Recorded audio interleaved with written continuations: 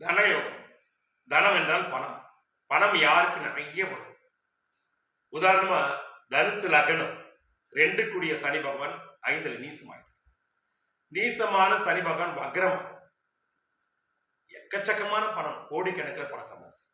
இன்னொரு நண்பர் விருச்சக லக்னம் 2க்கும் 5 கூடிய குரு பகவான் கடகத்துல புரட்டாதி புனர்பூசம் 4 சுயச்சாரத்தில் இருக்கார். பணம் எக்கச்சக்கமான பணம், பணத்துக்கு அளவே இல்லை. சப்போஸ் அது சனி சாரத்தில் இருந்தா சனியினுடைய நிலைமையை பார்த்து தான் பலன் சொல்ல முடியும். அது 1001 1002 அப்படி இறங்கி வந்துச்சுன்னா விருச்சிக லக்னத்துக்கு அஷ்டமாதிபதி சாரத்தில் கணக்கு வந்துடும்.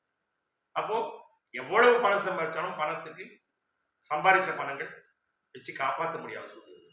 இப்போ அவயோகத்துக்கு ஒரு உதாரணம் சொல்றேன். மகர லக்னம் வச்சுக்கோங்க. 1க்கும் 2 கூடிய சனி பகவான் 12ல மறைகிறார். அது மூலம் 1 கேது சாரத்தில். அப்ப நவாம்சத்துல சனி நீசத்துக்கு எவ்வளவு கஷ்டப்பட்டாலும் எவ்வளவு முயற்சி பட்டாலும் பணம் வர்றதே கிடையாது. வருமானத்துக்கு உழைப்புக்கு ஏற்ற பணம் கிடைக்கவே இல்லை இல்லையா? தனாதிபதி 6, 8, 12 மறையாமல் நல்ல பாவத்தில் இருக்கணும். தனாதிபதி நின்ற நட்சத்திராதிபதி ஆட்சி உச்சம் பெற்று பலமா இருக்குமே ஆனால் பணம் நிச்சயமாக உங்களை தேடி வரும்.